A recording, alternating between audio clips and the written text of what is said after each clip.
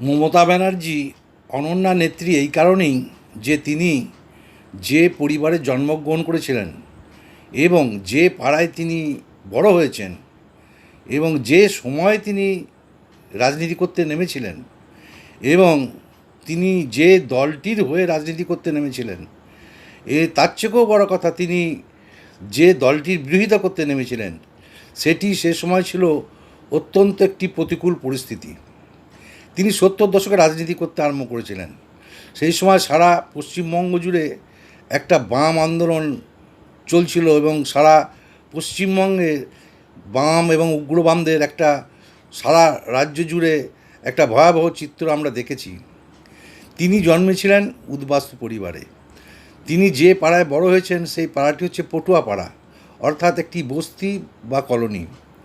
তিনি যে রাজনৈতিক দলটি করতে আরম্ভ করেছিলেন সেটি হচ্ছে কংগ্রেস দল। এই কংগ্রেস ছিল ঐতিহ্যশালী জাতীয় কংগ্রেস, যে দলটির সবসময় এলিট ক্লাস, বড়লোক এবং শিক্ষিত এবং সম্ভ্রান্ত লোকেদেরকেই অগ্রাধিকার দেওয়া হতো। তার থেকেও বড় কথা, তিনি যে দলটির বিরোধিতা করতে নেমেছিলেন সেটি ছিল সিপিআইএম। সেটি ছিল অত্যন্ত সাংগঠনিক ক্ষেত্রে শক্তিশালী দল। সেই কারণেই তিনি অনন্যা নেত্রী।